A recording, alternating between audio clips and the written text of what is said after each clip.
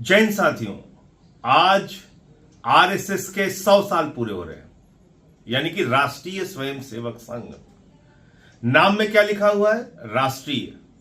जब आप इसको पढ़ते हैं कि राष्ट्रीय स्वयंसेवक संघ है, तो ऐसा लगता है कि पूरे राष्ट्र का प्रतिनिधित्व है इसमें। लेकिन 100 साल पूरे होने पे मेरे कुछ सवाल हैं। वो तीखे भी हैं, कड़वे भी हैं, लेकिन सच्चे भी हैं। 100 वर्षों में इस देश की 85% लोगों की हिस्सेदारी आरएसएस में क्यों नहीं हुई?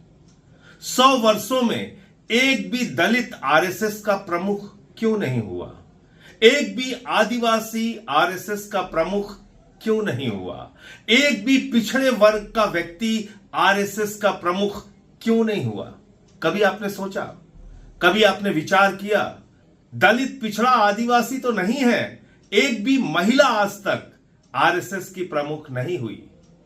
तो आप इसको एक दकियानूसी सोच वाला, एक संकुचित सोच वाला संगठन कह सकते हैं, जो संविधान के खिलाफ है, जो आरक्षण के खिलाफ है, जो दलितों के खिलाफ है, आदिवासियों के खिलाफ है, पिछड़ों के खिलाफ है, जो मनुवादी व्यवस्था में यकीन रखता है, जो जाति के नाम पर भेदभाव वाली व्यवस्था में यकीन रखता है, जो छूत और अछूत की व्यवस्था में यकीन रखता है, जो बाबा साहब डॉक्टर भीमराव अंबेडकर के खिलाफ है, उनके संविधान के खिलाफ है। इनकी शुरुआत 1925 से हुई है, और तब देश जब गुलाम था अंग्रेजों का, उस वक्त आरएसएस ने अंग्रेजों का साथ दिया। इस सच्चाई को देश के लोगों को बताना चाहिए कि जब द्वितीय विश्व युद्ध हुआ, तो अंग्रेजों की सेना में भर्ती करने के लिए आरएसएस के लोग हिंदुस्तानियों को प्रेरित कर रहे थे और कह रहे थे अंग्रेजों की सेना में भर्ती हो जाओ। जाइए इतिहास में, आपको पता चलेगा